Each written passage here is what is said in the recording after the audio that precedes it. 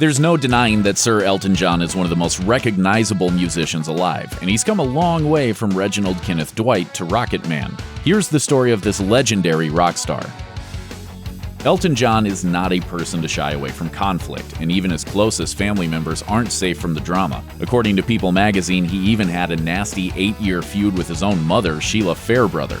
Their relationship took a nasty bump in June 2008 when John fired 2 longtime employees with close ties to his mother. Fairbrother wasn't too amused when her son proceeded to demand that she also cut all ties with the men. She refused and tempers flared.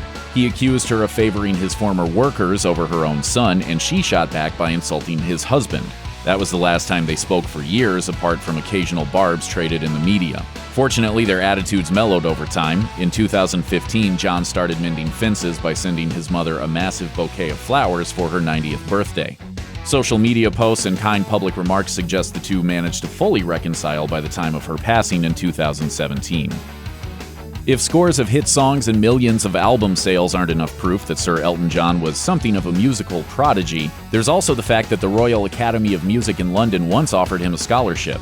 The school took notice of the young John, who had taught himself to play the piano when he was just 4 years old, offering him a scholarship to attend their youth program when he was 11. However, fate beckoned, and John ultimately found that rock and roll was closer to his artistic sensibilities. At 17, he decided that formal education was no longer his jam, so he dropped out in order to make his name in pop music. While this was certainly an excellent career move, John didn't really intend to rebel against his school, at least not in the long run. He's very much a believer in higher musical education to the point that he endows scholarship funds at the Juilliard School of Music in his own alma mater. In 1971, John managed to release no fewer than 3 different albums. There was the live album called 171170, a soundtrack to a little-known movie called Friends, and finally Madman Across the Water, which includes the beloved Tiny Dancer. His album from 1970, Tumbleweed Connection, also charted during 1971. After a year like that, most artists would have had the decency to at least pretend they were slightly out of gas, if only to prevent every other musician from developing an inferiority complex. However, Elton John is not most artists, so he immediately followed his insane year with 1972's Honky Chateau, which included a little song called Rocketman. When John honored the deceased Princess Diana with his 1997 mega-hit rendition of Candle in the Wind, it didn't come out of nowhere. He'd been a friend of the royal family since the 70s, and he even met Princess Diana in 1981 at Prince Andrew's birthday party.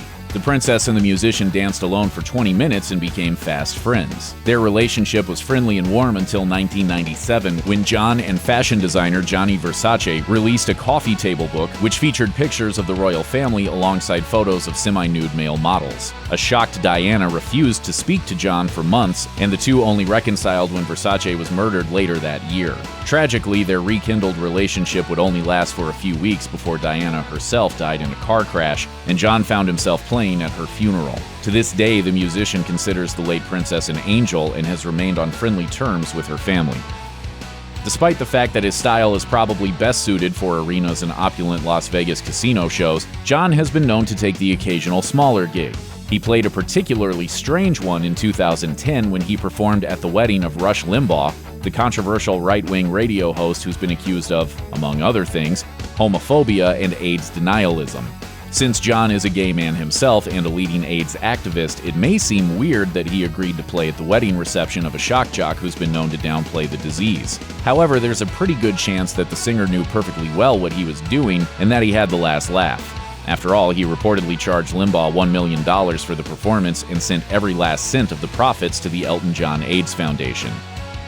It's impossible to talk about Elton John's career without mentioning Bernie Taupin. They've been songwriting partners since 1967 when the two men both answered a job advertisement that Liberty Records had placed to find singer-songwriter talent. John was a prodigious pianist and could write a mean tune, but he struggled with lyrics. Since Taupin happened to be a prolific lyricist, Liberty decided to pair the two. As a result, they wrote about 20 songs before they even met for the first time. But John and Taupin collaborate in an unusual way. Taupin writes the lyrics first, and John composes the song based on the text. The whole process is remote. They've only ever worked on a song in the same room a couple of times. The different ways they've handled fame and fortune have been equally peculiar. While John has embraced the limelight, Taupin has managed to dodge the kind of celebrity that usually follows when you write dozens of iconic songs and sell millions of records.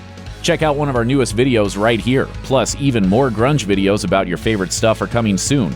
Subscribe to our YouTube channel and hit the bell so you don't miss a single one.